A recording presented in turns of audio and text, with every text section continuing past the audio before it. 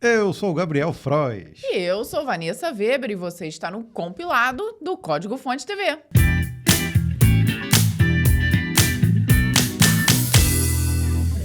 Mais uma semana, né, Vanessa? Sim, e dessa vez é de número 86 aqui no compilado, que contempla as notícias do dia 14 de janeiro até o dia 20 de janeiro. Já estamos chegando no final de janeiro. Já impressionante, hein? Você está acompanhando o compilado aí desde o início do ano ou desde 2022? Saiba você que o compilado já fez aniversário, né?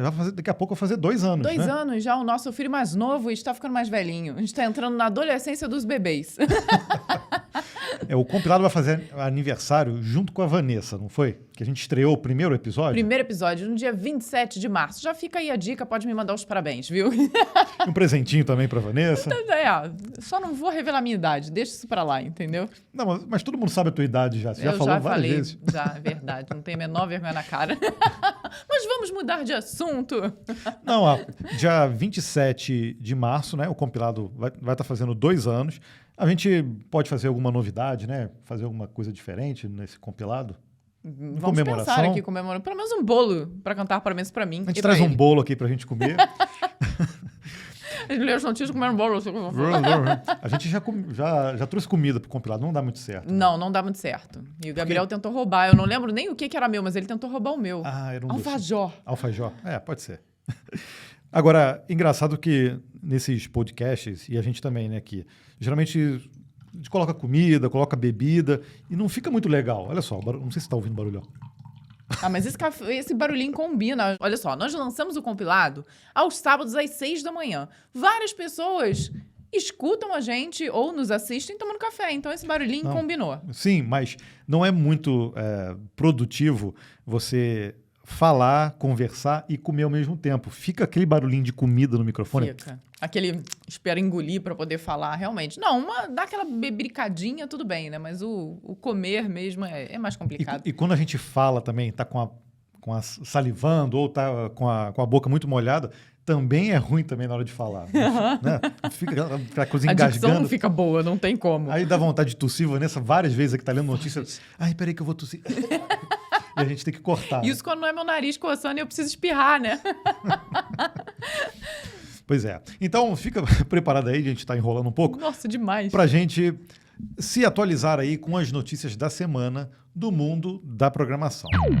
Enrolamos para começar, mas vamos começar bem, porque nós vamos começar com o Call Stack, aquele momento aqui do podcast, do compilado, onde nós te apresentamos uma oportunidade, seja de trabalho ou aquela oportunidade para você crescer na sua carreira profissionalmente. E estamos falando nesse episódio da imersão Dev Alura. Com certeza você já deve conhecer aí a Alura e as imersões que ela faz. E a Alura está oferecendo uma nova edição desse evento que é muito legal. Vão ser 5 aulas online gratuitas com desafios práticos para aprender a criar seus primeiros códigos e iniciar a sua jornada em programação, sem nenhum pré-requisito para participação. As aulas serão dos dias 30 de janeiro até o dia 3 de fevereiro. Você vai aprender conceitos de lógica de programação, JavaScript, HTML e CSS. Para se inscrever, é só você utilizar o link que está aqui na descrição desse podcast ou do vídeo no YouTube. Lembrando que essa imersão é para quem está querendo vir para o mundo da programação. Mas se você por acaso é velho de guerra,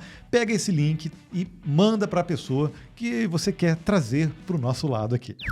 Então agora vamos começar aqui com as notícias e a primeira delas, Twitter causou apagão de aplicativos de terceiros. Na sexta-feira passada, diversos clientes alternativos do Twitter pararam de funcionar por completo. Aplicativos com anos de integração, como o Ecophone e o Twitterific, não tinham mais acesso à conta de seus usuários na plataforma. A mudança foi repentina e sem qualquer tipo de aviso. Inicialmente parecia somente uma falha na API do Twitter.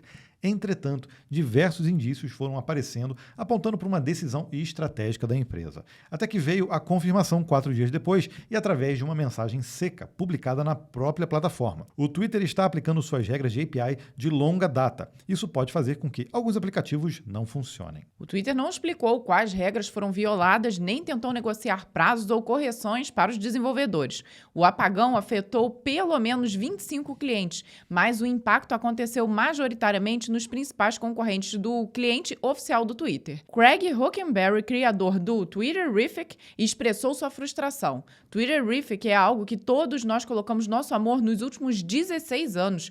Pessoalmente, estou farto. Não adianta se apegar aos caprichos pessoais de um palhaço comandando um show de... vamos botar assim. Hockenberry e outros desenvolvedores estão dispostos a reforçar seus esforços em criar soluções para o Mastodon e o Fediverso. Porém, diversos criadores de aplicativos menores podem estar agora sem sua principal fonte de receita.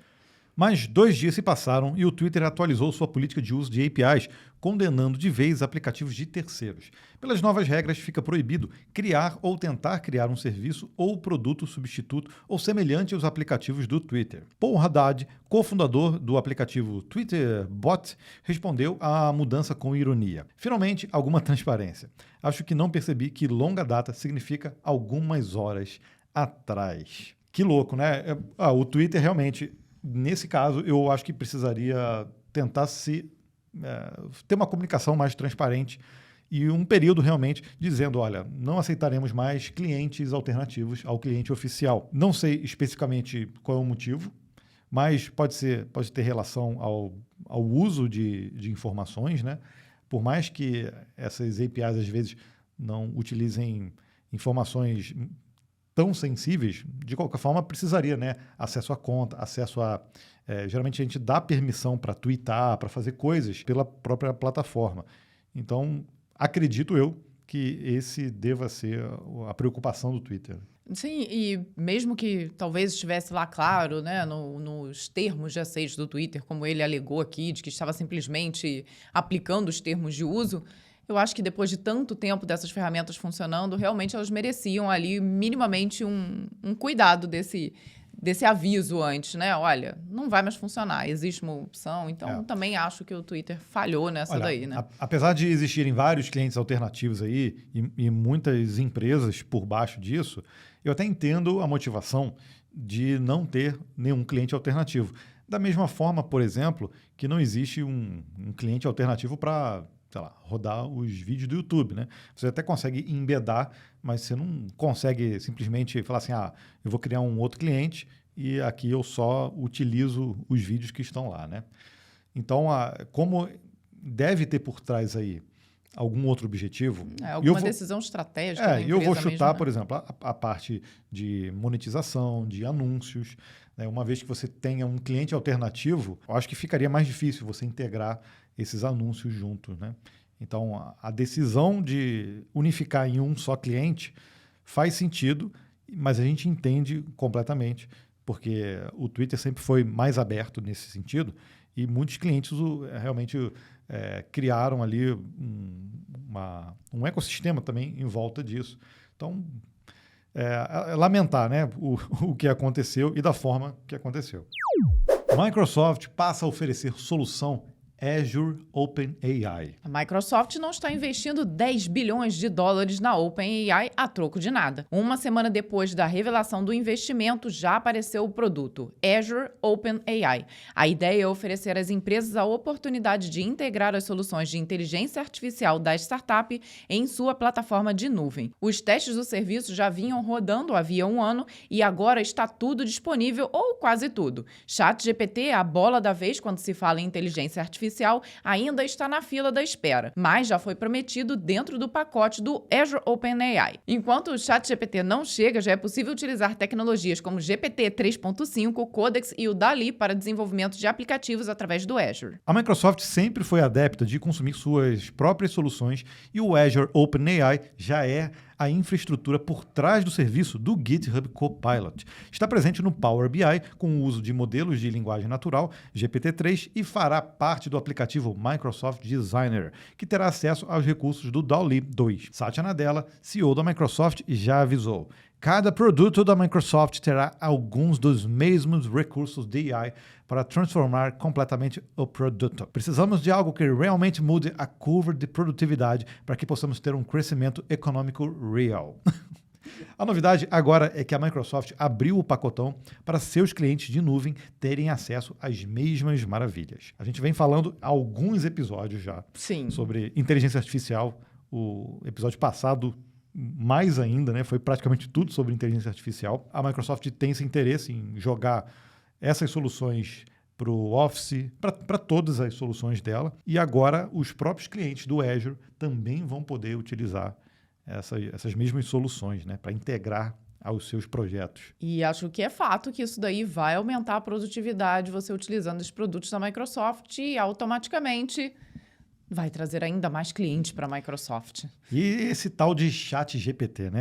Nós lançamos Eita, vídeo, nós. inclusive, essa semana para falar dele, mostramos aí o uso, utilizamos, né? E até os comentários do nosso vídeo foram impressionantes, porque o pessoal usando para fazer poesia, para música, para fazer petição de processos, dá para fazer tudo realmente, né? A gente consegue imaginar agora, por exemplo, com essa integração aí do Azure, quando o ChatGPT começar a integrar também essas soluções, a quantidade de produtos que vão surgir vão ser impressionantes. Então, esse ano realmente, já vi muitas pessoas falando sobre isso, é o ano da inteligência artificial, né? Nós falamos e continuo acreditando fortemente nisso. Não tenho dúvida de que continuaremos falando em inteligência artificial, acho que em todos, se não 90% dos episódios do compilado esse ano. Aqui, eu estou mais baixo que você aqui na tela. Tá, Gabriel? É que eu sento mais não, retinho. Acho que minha cadeira está mais baixa. Tá mais baixo? Então Vamos tá ver bom. agora.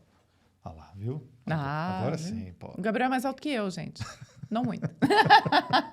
Não muito aí. Não muito. Fala... Sou super alta. Vamos para a próxima. Vamos.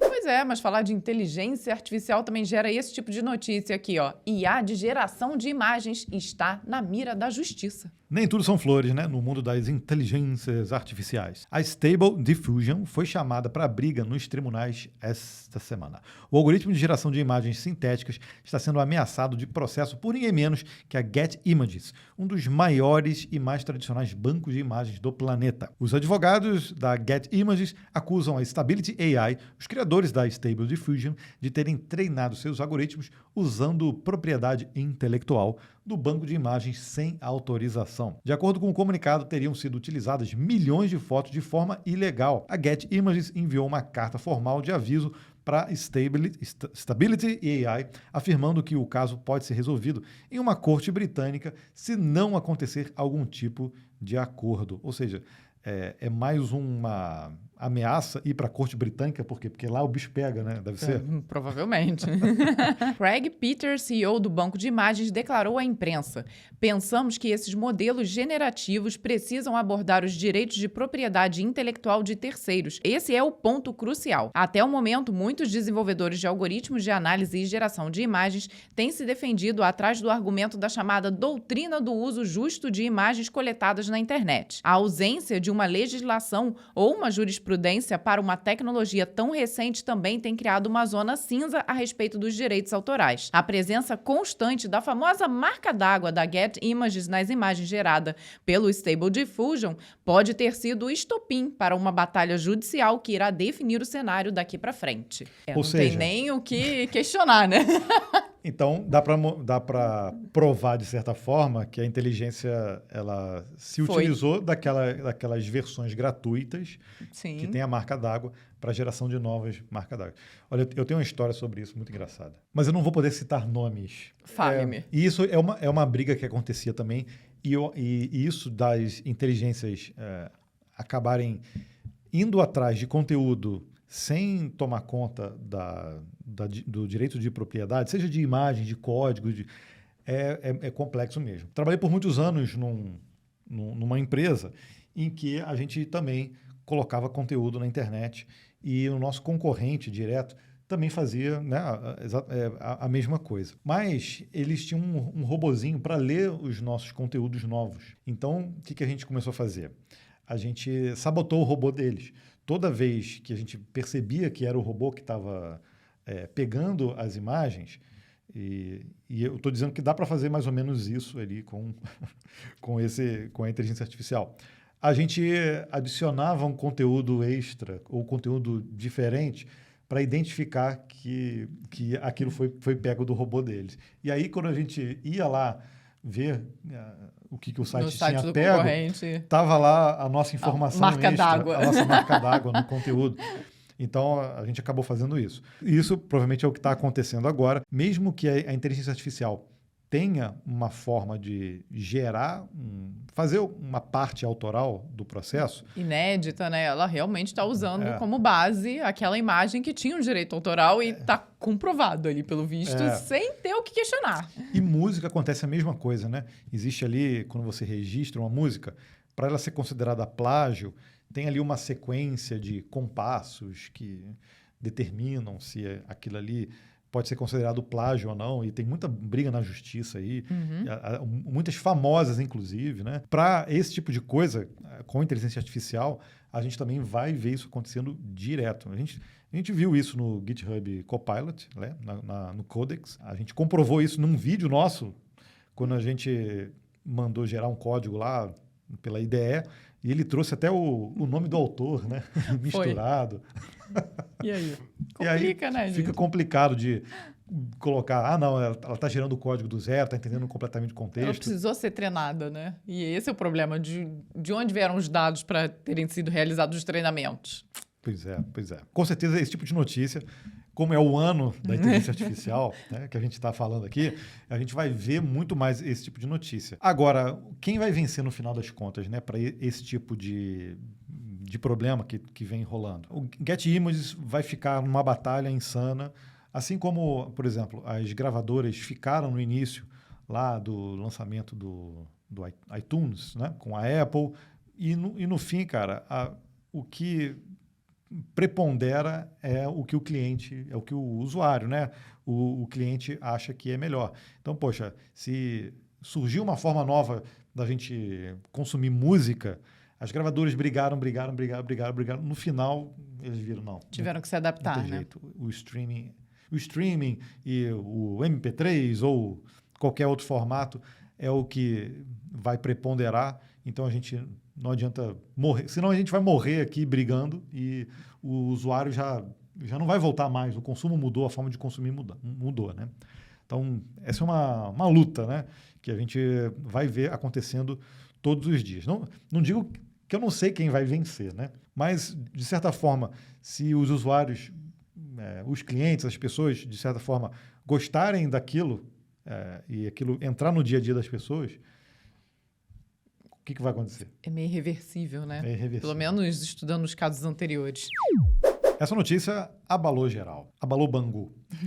Microsoft anuncia demissão em massa. A Microsoft resistiu, demorou, mas também adotou a mesma estratégia das outras Big Techs para vencer a recessão, demissão em massa. Até o final de março, a empresa irá cortar 10 mil profissionais pelo mundo. Isso equivale a 5% da força de trabalho da gigante da tecnologia e coloca ela ao lado da Amazon, Meta e Twitter. Por enquanto, apenas a Apple e Google seguem intactas em seu quadro de funcionários, mas os ventos da crise no setor continuam soprando. De acordo com um comunicado da Microsoft enviado à Comissão de Valores Mobiliários dos Estados Unidos, os cortes maciços seriam em respostas às condições macroeconômicas e às mudanças nas prioridades dos clientes. Olha, eu já não acho que Apple e Google estejam intactas assim, não. A gente já viu notícias disso. Já, e principalmente no Google nós já vimos aí alguns comunicados internos vazados, sempre falando que, olha, a gente precisa prezar pela produtividade, o momento de ser produtivo. Não, mas a Apple também já fez demissões e o Google também, então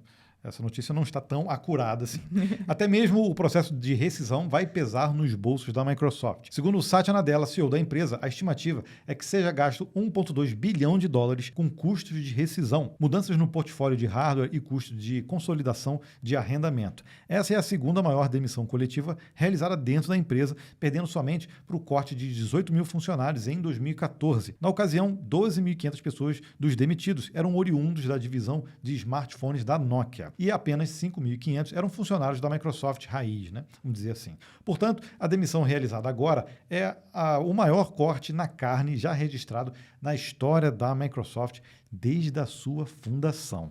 Não tem jeito, né? Acho que provavelmente ela vai cair. Claro que eu não vi todos os detalhes, né, de quais são as principais áreas que vão ser afetadas aí com essa demissão, mas provavelmente cai no mesmo caso das outras, né? Foi aquele crescimento estrondoso nos últimos 2 anos aí com relação à pandemia e tudo que aconteceu na área de tecnologia, que teve um boom gigante e que provavelmente a Microsoft agora também está precisando fazer o seu ajuste devido a um número muito grande de contratações, talvez uma previsão errada de crescimento futuro. Então é o que nós estamos vendo isso, o ajuste, exatamente. Levando em consideração também o cenário macroeconômico, Exato. como eles mesmos citaram. Então, infelizmente, acho que não tem muito como fugir, né? Essas grandes empresas estão sendo obrigadas a fazerem esses ajustes. E é sempre muito complexo, porque, por um lado, a gente vê elas investindo, botou lá 10 bilhões a mais agora na OpenAI e, de certa forma, reduzindo a sua força de trabalho. Então, as pessoas acabam associando automaticamente. Então a inteligência artificial já está substituindo as pessoas, né? Rápida. Mas as pessoas têm que entender também que a gente sente, obviamente, por todas essas pessoas, em todas as empresas, é muito ruim sempre, mas as empresas, de certa forma, elas precisam continuar investindo em outras áreas, porque essas empresas são empresas de inovação. Então, independente se o momento macroeconômico é ruim ou não, tem projetos que precisam continuar. E se elas não tiverem essa visão de futuro, né, de investimento em novas tecnologias, elas estão selando o seu próprio futuro. Então, realmente é preciso ter essa coragem, vamos dizer, né, de você enxugar de um lado e investir do outro, pensando no futuro saudável da própria empresa. Agora, a maioria dessas empresas, eu acho que a Microsoft também faz parte, durante esses últimos 2, 3 anos aí, principalmente aí com o problema da pandemia, provavelmente elas estão ainda com um saldo positivo, né, de contratações, porque realmente foram muitas pessoas contratadas. O mercado ainda, de forma geral, ainda está aquecido. A gente já falou isso no nosso vídeo lá, né?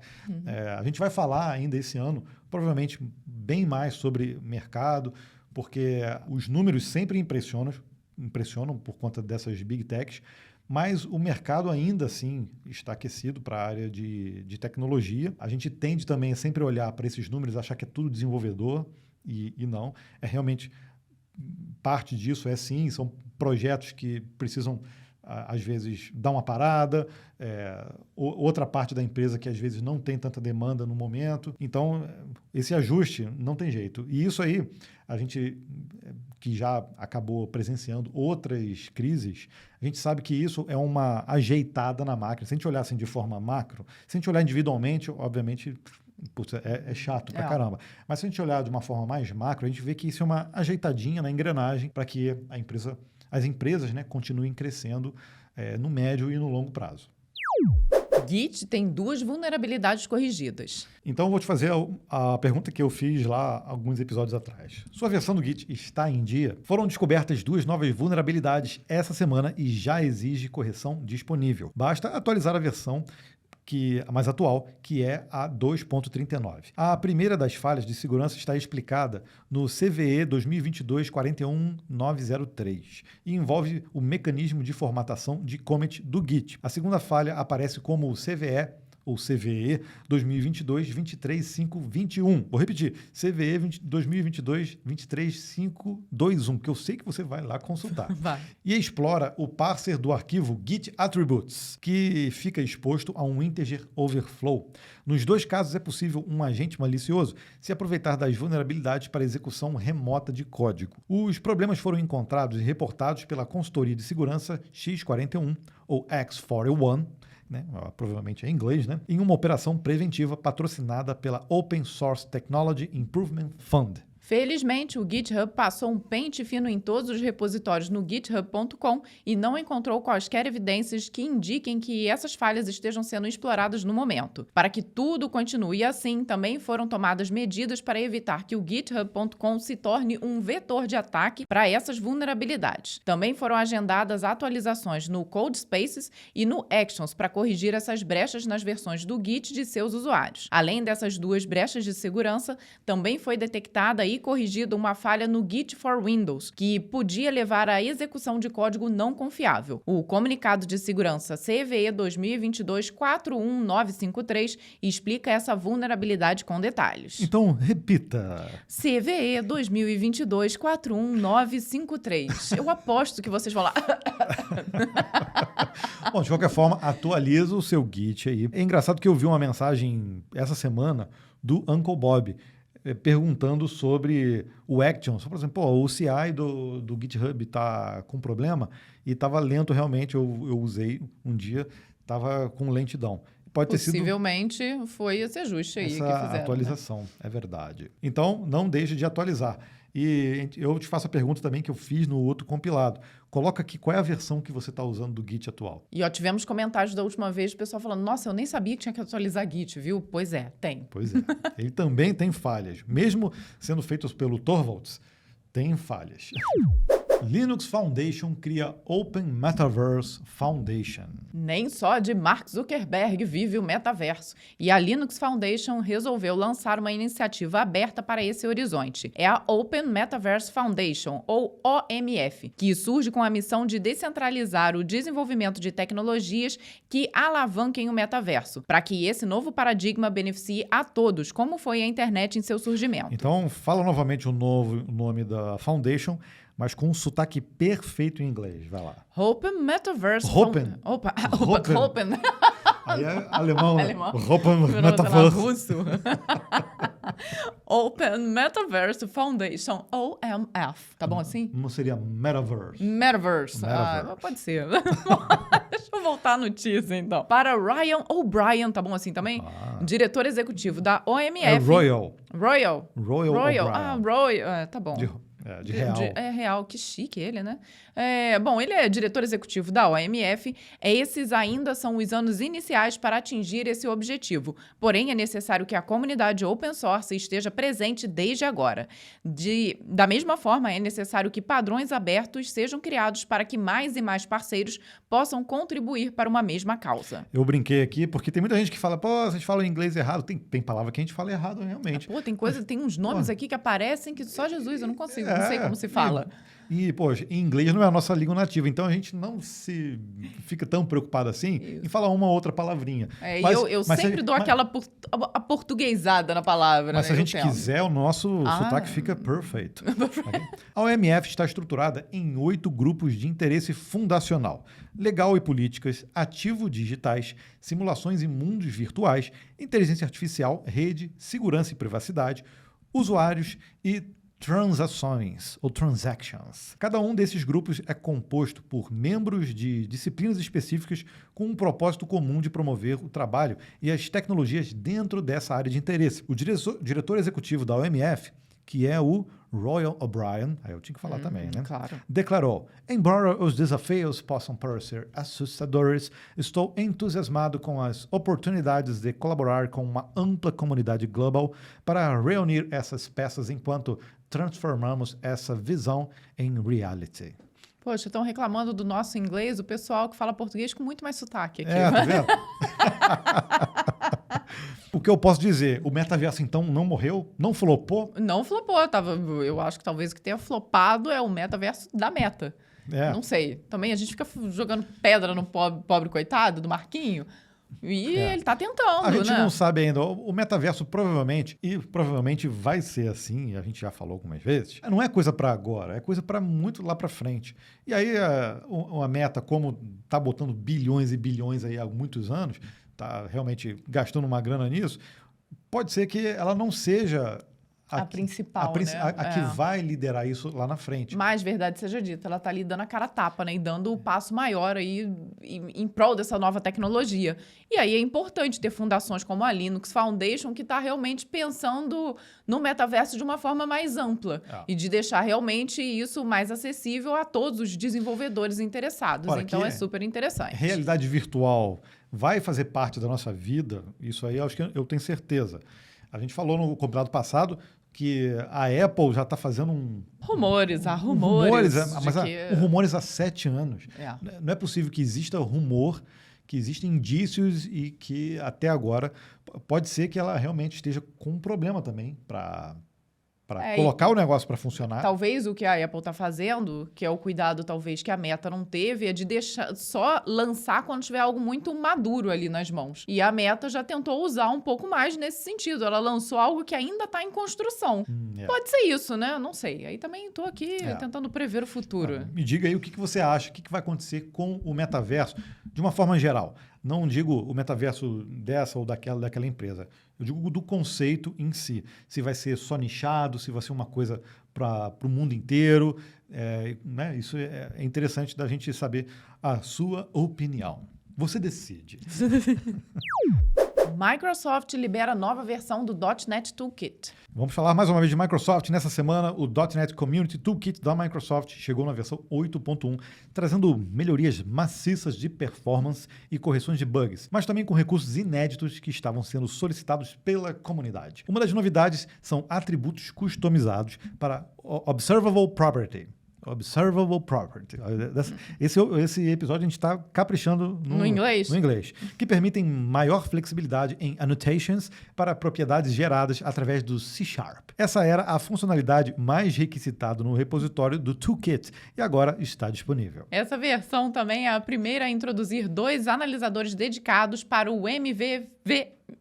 Caprichei no inglês, errei no português, né? MVVM Toolkit. Essa funcionalidade exercerá o papel proativo no desenvolvimento, sugerindo melhorias no código e alertando sobre falhas comuns. O primeiro analisador será capaz de alertar quando forem atribuídos valores a campos que suportam uma propriedade observable. O segundo analisador, por sua vez, consegue reduzir significativamente o tamanho dos binários em aplicativos que utilizam o .NET Community Toolkit. Para quem precisa de performance, essa versão 8.1 também entrega. O engenheiro de software... mas esse não é inglês, Gabriel. Não. Sérgio Pedri. Não, como é que eu vou... Sérgio Pedri. Não, mas... Deve ser um português? Será? Espanhol? Um espanhol. Sérgio Pedri. Não, eu já falei Italiano. italiano. Sérgio Pedri. Então é italiano. Da Microsoft garante. E estávamos fazendo todo o possível para... Mas ele não é italiano? O Sérgio Pedri falou: estávamos fazendo todo o possível para espremer o máximo de desempenho possível. E a gente sempre fica bolado, né? Toda vez que tem essas atualizações, e tanto do compilador, do Python, do Rust, a gente consegue ver que eles espremem ao máximo e conseguem fazer a coisa ficar mais rápida, né? E às vezes há números que me deixam assim quase caindo para trás da cadeira aqui. O que é interessante, por exemplo, mesmo que seja mas um compilador, ele ficou, 30% mais rápido, mas o processo de compilação não é nada demais, né? Agora, tem projetos que a compilação é o gargalo, às vezes, da performance, não é nem do funcionamento ali do software rodando. Como a gente tem, por exemplo, muita automação de integração, né, na hora de fazer o deploy, a compilação, às vezes, toma um tempo gigante. E muito disso, às vezes, na nuvem, toma tempo e dinheiro também. Sim. Então, a gente não pode deixar de lado o tempo de compilação, ainda mais em projetos grandes dentro de nuvem, porque isso economiza dinheiro e economiza também o tempo da equipe e dá a possibilidade de fazer ainda mais deploys, né? Você entregando ainda mais recursos novos dos projetos. Então, é sempre válido esse tipo de melhoria. E a cereja do bolo? JavaScript, Java e Python são as linguagens com maior demanda até agora, em 2023. Quais são os conhecimentos mais desejados de um desenvolvedor na hora da contratação? Para surpresa de ninguém, deu as linguagens JavaScript, Java e Python na cabeça. Mas é bom ficar ligado também no resto da lista. O levantamento The State of the Tech Hiring in 2023 foi realizado conjuntamente por 2 startups de vagas de trabalho nos Estados Unidos. Aí seria startups. Startups, tá bom. Especializados no setor de TI. Mais de 14 mil profissionais responsáveis pela contratação participaram dessa pesquisa para traçar um mapa das tecnologias e habilidades com maior demanda no mercado para o ano de 2023. Embora o topo da lista seja um repeteco do que já foi visto nos anos anteriores, TypeScript, Swift, Scala, Kotlin e Go estão com uma demanda maior do que a oferta nesse começo de ano. Em termos de framework, estão no topo Node.js, React e .NET Core. A oferta de profissionais de Angular declinou e acabou ficando abaixo da demanda em relação ao mesmo estudo no ano passado. O levantamento também apontou áreas de maior procura para 2023: desenvolvimento web, como sempre, DevOps, banco de dados, AI, Machine Learning, Deep Learning e desenvolvimento mobile. Porém, o relatório também traz uma realidade inconveniente. Deve cair o volume de contratações em tecnologia esse ano. Por outro lado, o panorama indica que as empresas devem investir mais em retenção de talentos. Esse clima também foi sentido entre os profissionais já contratados, que revelaram se sentir seguros em suas atuais posições, mesmo com a onda de demissões em massa que estamos presenciando no momento. Interessante essa pesquisa. Engraçado que já tem informações em janeiro. Estamos aqui gravando dia 20 de janeiro, já tem pesquisa desse ano. Desse ano. Não, mas tudo bem, né? Ela retrata um pouquinho do que aconteceu no passado e projeta isso aí para um futuro quase que imediato, né? Então, eu acho que é bem válido. Acho interessante justamente de destacar isso, né? O clima de quem está nas empresas que foram pesquisadas e tudo é de segurança. Então, acho que isso prova que o mercado ali talvez não esteja tão aquecido como estava no passado, onde as pessoas acabavam meio que pulando de empresa para empresa, mas que também vai ter ali o emprego de quem já está, nesse momento, no mercado tranquilo e que as outras oportunidades vão acabar surgindo, né? Então, talvez a demanda seja um pouco menor, mas isso não quer dizer que ela não vai existir. Já né? era Falando muito grande. Novamente, exatamente, ela não conseguia ser suprida. O quanto né? que encolheu essa demanda, isso aí em relação a salários também, perspectiva de futuro, e isso é extremamente interessante até para a gente pesquisar aqui no Brasil. Provavelmente você já viu que estamos fazendo aí anualmente, vamos para a 3ª edição da nossa pesquisa salarial. E é só de programadores brasileiros, tá? Que atuam aqui e atuam fora também. Então, já estamos começando a organizar o lançamento da pesquisa 2023. Pesquisa. Vão ter muitas novidades e a gente quer sentir também qual foi a mudança que aconteceu no mercado. A primeira coleta que a gente fez foi em 2020 para 2021, lançamos 2022 e já estamos aí para 2023 para saber isso. Então, na nossa pesquisa, eu acho que também vai ser interessante de ver se houve um encolhimento ou não de salários, quais as tecnologias, se muitas pessoas, por exemplo, realmente começaram a atuar mais no exterior, qual é o conhecimento de inglês e outras novidades que a gente... Vamos deixar para dar um spoiler depois. Se você não conhece a nossa pesquisa, ela está acessível, tá? Lá em pesquisa.códigofonte.com.br. Você pode consultar a do ano passado e outras edições também. Existe um comparativo ali de salários e esse ano promete ser especial também, né? Não tem a menor dúvida. Sim. É. Vai ser especial, só não quero dar spoiler, por isso eu fiquei quietinha. Então, fique ligado, se inscreva aqui no canal do Compilado, mas também lá do canal do Código Fonte TV, porque em breve, muito em breve, a gente vai começar a falar dessa nossa pesquisa também. Chegamos no Breakpoint, aquele momento onde nós pausamos as notícias e contamos para você um caos. Mas é engraçado que é Breakpoint, a gente pausa a notícia para depois continuar. É o que a gente faz no Breakpoint quando a gente está debugando. Eu sei, a gente tem que mudar o posicionamento do Breakpoint. É isso que você está me alegando agora.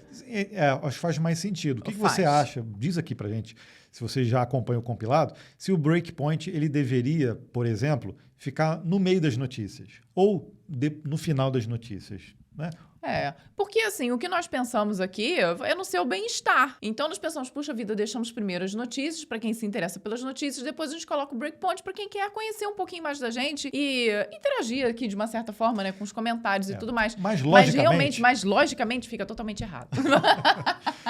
A gente poderia, sei lá, deixar o breakpoint e depois dar a última notícia. Aquela notícia mais bombástica. Aquela assim, que abalou o Bangu. Gabriel. Que abalou o Bangu pode ser a última de todas. Tá, vou pensar nisso. Não, a gente vai vamos pensar. Deixar as pessoas... Então tá bom, me digam vocês. Em que posição você quer que a gente coloque o breakpoint dentro do compilado? E a gente escolheu um tema que tem a ver também com programação.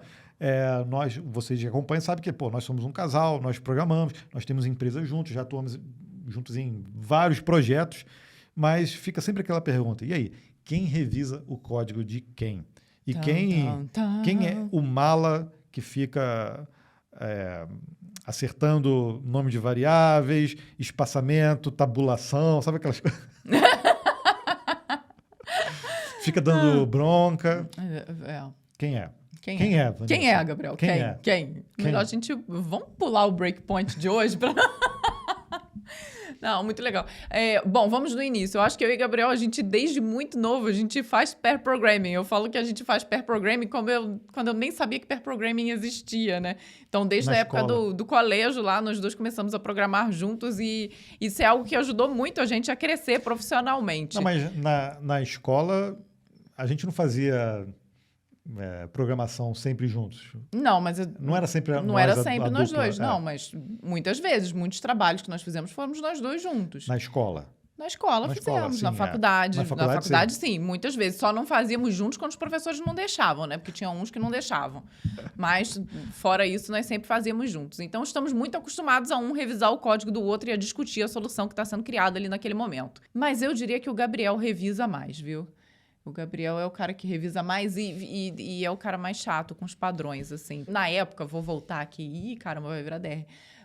Na época que nós trabalhávamos muito na nossa empresa, como se nós não trabalhássemos agora, não fez sentido nenhum isso que eu falei. Teve uma época em que nós utilizávamos um framework que foi desenvolvido pelo Gabriel. Acho que foi o framework talvez que eu mais trabalhei na minha vida, né? Porque desde então eu já troquei, mas aquele nós utilizamos durante alguns anos e ele que montou toda a estrutura. Então, toda vez que eu chamava uma variável que eu não usava exatamente o padrão que ele estava usando, ele ia lá e puxava a minha orelha, viu? Vocês vão concordar comigo, né? Eu não reclamava, gente. Eu dou razão a ele. Se você cria ali um framework e você vê ele sendo usado fora do padrão. Fora do padrão.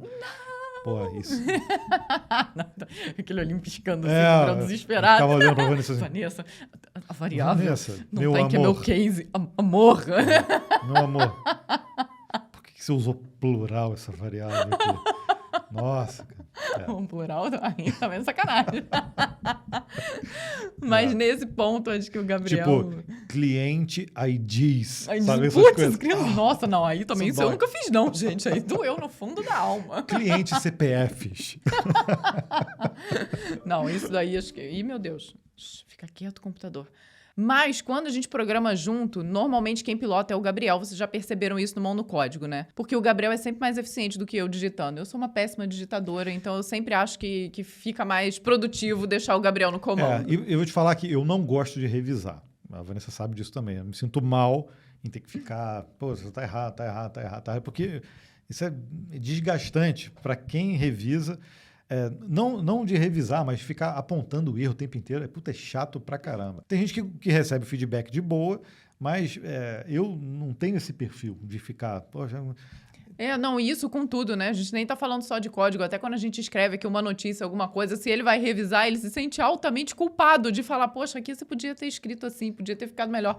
E eu não vejo problema, né? Se a gente trabalha em duplo ali, acho que a gente tá prezando pela melhor qualidade possível do conteúdo que a gente tá gerando. Então, eu não me incomodo com os feedbacks, não, viu? Mesmo quando eles são ruins. Não, eu gosto de dar feedback.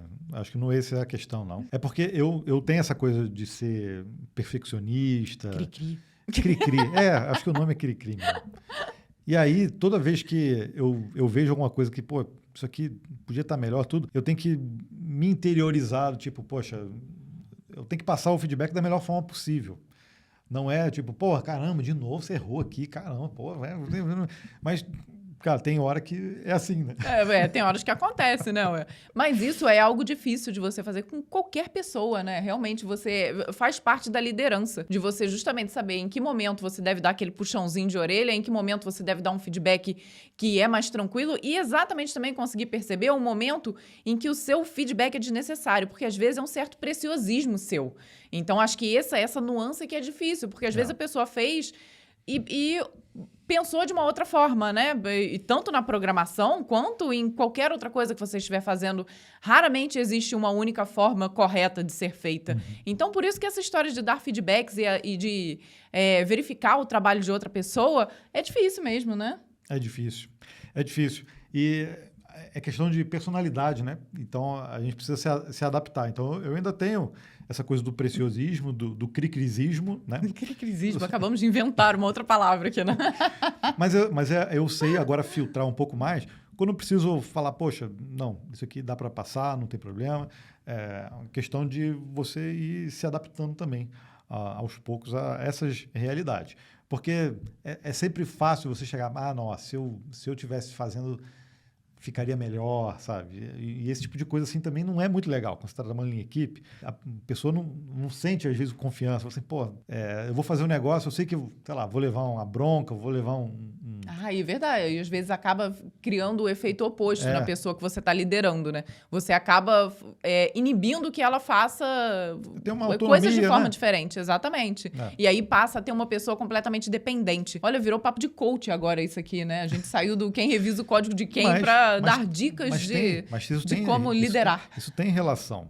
Porque total. O Code Review tem toda uma parte técnica ali que você tem que aplicar, mas tem também uma parte comportamental, né? um pedaço que é de comportamento que tem a ver com personalidade, né? Então tem toda essa relação. E essa semana no Código Fonte foram 2 vídeos. Nós começamos a semana na segunda-feira com um vídeo muito legal que nós já tínhamos prometido, né? Mostrar como se monta a sua própria VPN dentro do VPS. E o legal é que, além de mostrar ali na prática como é que você faz isso, a gente também explicou ali por que é tão interessante trabalhar através de uma VPN. Então, tá um vídeo com bastante conceito e muito prático. Além de segurança, privacidade, muita gente trabalhando remoto aí, e as empresas precisam realmente ter VPNs para você trafegar os dados dela de forma segura. Tem muita gente até que deu o depoimento lá de como utiliza VPN. Às vezes, você fazer a integração de um sistema, se comunicando com o outro através de VPN, isso também torna tudo mais seguro, né? E na quinta-feira, lançamos finalmente o nosso vídeo mostrando na prática a gente utilizando o tal do ChatGPT que está todo mundo falando. Já demos até um pouquinho de spoiler dele aqui no início do compilado e foi muito interessante no sentido de que nós tentamos mostrar não só o nosso ponto de vista, mas falamos também de como outras pessoas estão utilizando o ChatGPT e tentamos entender aí um pouquinho do contexto de como isso vai mudar um pouco essa mini revolução que está sendo pretendida aí na internet com essa nova tecnologia. Vale a pena assistir, vale a pena visualizar os comentários também, que tem cada pérola maravilhosa lá, viu? E os comentários, né? Os nossos CDFs que todas as semanas comentam nas nossas redes, seja no YouTube, LinkedIn, o canal aqui do Compilado, o canal do Código Fonte TV. A gente separa alguns deles para a gente ler aqui para vocês. Olha, o Jeff Silva disse no nosso vídeo, onde a gente falou sobre funções, né? Nome de variáveis que a gente está fazendo. Vocês devem ter acompanhado aqui a nossa minissérie. Estamos desvendando aqui o Código Limpo, capítulo a capítulo. Mas a gente vai fazer com outros livros também, não vamos? Já pedimos até sugestões e pedimos novamente aqui para vocês qual livro você gostaria que nós abordássemos depois que nós terminarmos o Clean Code, né? O Clean Code é o primeiro. Tem DDD, tem arquitetura limpa, temos o codificador limpo, tem refatoração. A gente tem muitas opções aqui para a gente continuar. Mas então, como nós estamos na dúvida, nós queremos que você decida. O Jeff Silva disse o seguinte, caraca, mano, eu e minha esposa casamos em 7/11/92. Parabéns, lindo casal, vídeos sempre relevantes. Parabéns. Bem legal, aí. né? E ele falou isso porque nós utilizamos um exemplo nesse vídeo citando a data em que nós começamos a namorar, que foi no dia 7/11. De 96. Só não foi de 92, porque nessa época eu não namorava, eu era bem pequenininha, viu? Muito obrigado pelo seu comentário. O Peristilo Pérez no vídeo do ChatGPT. Se ChatGPT conseguir destruir o Stack Overflow, terá cumprido sua missão. Eu poderei ficar em paz. Não é ódio, é nojo. Puxa! E o Jean respondeu o seguinte, usa o Stack, mas pelo jeito o GPT vai sim substituir essas ferramentas e ainda o Google Search. Quer apostar? Isso é o que as pessoas estão colocando, né? Eu não apostaria nada não, viu? Eu não sei. No nosso vídeo, a gente inclusive pediu lá para fazer um código e ele demorou para responder. A Vanessa até falou, olha, deve estar consultando o Stack Overflow. O Matheus Freitas disse também no vídeo do GPT, eu concordo com a opinião de vocês. O ChatGPT é uma ferramenta que vai melhorar exponencialmente a produtividade de nós desenvolvedores, reduzindo drasticamente o tempo que se perde pensando numa função para fazer determinada tarefa. Afinal, quem nunca gastou horas pensando na resolução de problema que se resolve com meia dúzia de linhas? É verdade. E também acho que vai facilitar muito nos estudos e para encontrar explicações para determinados tópicos, assim como acontece no Google, em que pesquisamos algo e recebemos uma explicação seguida de lista de sites. Porém, de uma forma muito mais eficiente. Acho que o máximo que pode acontecer é reduzir o tamanho de algumas equipes, mas o mais importante é saber utilizar a ferramenta corretamente. Comentário perfeito, Matheus. O Arduino e Máquinas, também lá no vídeo sobre o Clean Code, disse assim: estava passando, parei aqui e gostei do conteúdo. Inscrevi-me no canal. Muito bem, e deu também o like. Muito bom. Like 3.2. Olha, legal. Que é 3.200, né? Deve ser o like de 3.200. Não sei. Muito obrigado. Seja muito bem-vindo ao Código Fonte TV. O Escola Web Ravi, no vídeo onde a gente falou sobre 5 projetos legais para programadores desenvolverem em 2023, eu sei que já sabem. Só para reforçar, vocês são bênção. Obrigada. A gente tem que trazer esses comentários também, né? Para afagar um pouquinho exato. o nosso ego. E Fernando Takeshi Sato. Fernando tá sempre aqui com a gente. Beijo, Fernando. Nosso CDF VIP. E ele comentou no vídeo do VPN, ó. Ele usa VPN, ó. Aqui em casa tem um routerzinho que roda o client do OpenVPN e consigo carregar nele meus dados e servidores que quero acessar. No caso, uso o NordVPN. Esse roteadorzinho é legal porque tem uma chavinha física que eu deixo configurado para ligar e desligar o VPN client. E qualquer dispositivo já se conecta nele, já fica atrás do client. Olha que legal, ó. Bem é uma solução muito flexível. Poxa, muito legal mesmo, muito viu? Maneiro. Depois, o Sato, manda pra gente aí esses equipamentos que você usa pra gente, de repente, fazer aqui também em casa. Gostamos da ideia. A Luana Almeida, no vídeo onde nós falamos o mínimo que você precisa saber antes de programar. Comecei a fazer um curso e não segui esses passos. Conforme vocês foram falando, vi que essas são exatamente minhas dificuldades. Hoje a gente fica feliz em ter te ajudado, Luana. Então segue aí firme e forte nos seus estudos. E esse vídeo é muito importante para quem está começando a programar. A gente fez um resumão ali do que a gente acredita ser importantíssimo para você conhecer antes de programar. Então, eu vou deixar um card dele, inclusive aqui nesse episódio, para você assistir. O Alessandro Bezerra, no vídeo sobre Data Warehouse, Data Lake e Data Lakehouse, lá no Dicionário do Programador, ele disse o seguinte, ó: sou profissional da área de dados e esse vídeo ficou muito bem explicativo e intuitivo, resumindo de forma eficiente tais pontos abordados. Parabéns. A gente fica muito feliz de ter um aval aí de um profissional da área falando sobre o nosso conteúdo. E no dicionário do programador de API, olha que esse é velho, esse dicionário, hein? O Rodrigo Queiroz falou assim: esse canal nunca me deixa na mão, sempre que preciso de algo, corro aqui. Parabéns, obrigada. Poxa, esse foi um dos primeiros dicionários, né? E a gente nem tinha tanto traquejo assim no dicionário, estava começando. Poxa, esse de API, inclusive, é um dos episódios mais assistidos do Dicionário do Programador.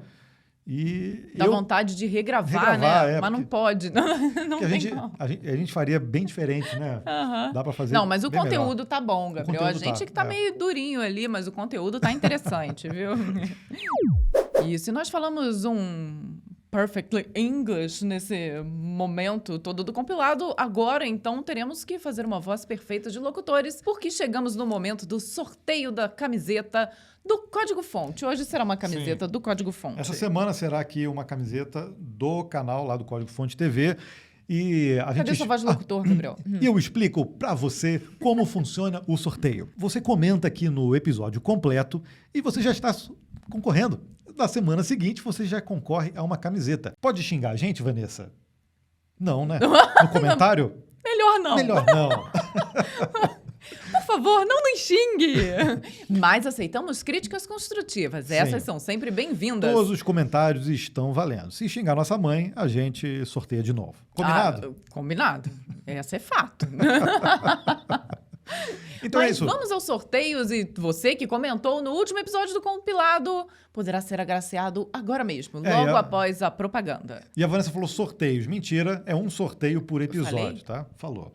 Tá bom, errei. Então vamos lá, vamos ver quem que ganhou, sem mais delongas. Foi o Jonathan Vinícius. Ele disse: café com pouquíssimo açúcar e açúcar escuro. Isso aí foi a discussão da semana passada, porque eu só tomo café com açúcar e o Gabriel sem açúcar. Eu uso açúcar demerara. Pronto, deixei agora tudo às claras aqui. Jonathan, eu entrarei em contato com você através do seu próprio comentário para que você possa nos enviar os seus dados e receber a camiseta do Código Fonte no conforto de sua casa. E você não deixa de comentar, tá? Inclusive, nós deixamos aqui algumas hashtags que estão sendo amplamente utilizados, como a hashtag Fiquei Até o Fim. Ou a quem gosta e que quer ser sorteado aqui é a Vem Camisa. Vem Camisa. Legal que já teve quem ganhou que tava lá, hashtag Vem Camisa, viu? Mas tem uma galera que está comentando isso no Código Fonte TV. Não adianta. Não, lá não, gente. Tem que ser no canal do compilado, viu? No episódio completo. Isso. Então, a cada episódio, nós sorteamos no episódio seguinte. Então, no sábado você comenta, no seguinte você ganha a camiseta ou não. Porque aí depende da sua sorte. E é isso. E acompanha a gente até o final. Tem que usar a hashtag Eu Fiquei Até o Final, tá? Pra gente saber que você ficou até o final. Pode ser que a gente mude essa hashtag em algum momento também, né? Pra ver que você tá assistindo a todos eles, né, Hora Bola? Senão você chega lá, não viu nada e coloca Eu Fiquei Até o Final em todos os episódios. Mas ainda a gente tem os agradecimentos para fazer aqui dos membros do canal. Saiba você que nós temos um clube dos CDFs lá no canal do Código Fonte TV e essa galera, todo mês, elas ajudam a gente a ter aqui o compilado, a produzir esses vídeos todas as semanas e também disparar o e-mail do compilado. Se você ainda não faz parte da newsletter, é só se cadastrar lá em compilado.códigofonte.com.br, coloca seu e-mailzinho lá, depois você vê se cai na caixa de spam ou não. A gente faz o máximo para não cair, né? A gente Mas usa, acontece, né? mas às vezes acontece. Então libera a gente lá para cair na sua inbox e todo esse conteúdo vai para o seu e-mail também. E essa galera é que ajuda a gente a fazer tudo isso a ser possível, né? A gente escrever as notícias, se reunir aqui, editar os vídeos. A gente grava sexta-feira e no sábado já está tudo editado, com os cortes para a semana, vai para as plataformas de podcast, vai para o YouTube. Cara, é uma trabalheira. Uma trabalheira, mas e olha só, você nos ajuda com apenas R$ 1,99 por mês. Então é aquele valor que não paga nem mais o cafezinho atualmente, viu? Mas todos juntos nós conseguimos pagar aqui o cafezinho, o suco de laranja. Contar um bastidor, cara. Conta um caos. A gente edita esses episódios e às vezes, por exemplo, eles só ficam liberados meia-noite, 1h da manhã do sábado. Então aí eu acordo sábado, 5h da manhã. Eu mesmo vou lá programar no YouTube. Eu programo lá também no podcast, nas plataformas de podcast. Então, ou seja, dá um trabalhinho, né, cara, para fazer isso, para a gente poder liberar para vocês sábado às 6 da manhã. E aí, eu sei que é muito cedo, a gente não consegue ter tanta visualização de 6 às 7, por exemplo, mas de 7 às 8, de 8 às 9 já começa. Mas é sempre bom saber que já está liberado, porque o cara acorda mais cedo, vai dar uma caminhada, vai lavar uma loucinha de manhã, vai fazer um café. Fazer aquela faxina, já sabe que tem lá um compilado para você escutar, independente da hora que você acordar, entendeu? A menos que você acorde às 5, né? Mas... Então, um grande abraço aí e um muito obrigado ao Nelson Brasílio, o pacificador José Roberto, ao Agnaldo Pereira, o Clever Maciel e o Dione Quevedo. Um beijo grande para vocês que são os homenageados dessa semana. E para você que ficou até o final, nosso muito obrigado. A gente tem gostado demais de gravar o compilado todas as semanas. Ficamos felizes com a sua companhia até o final e a gente te espera na próxima semana. Até lá, um grande beijo e uma semana muito produtiva para todos vocês. Tchau, Tchau.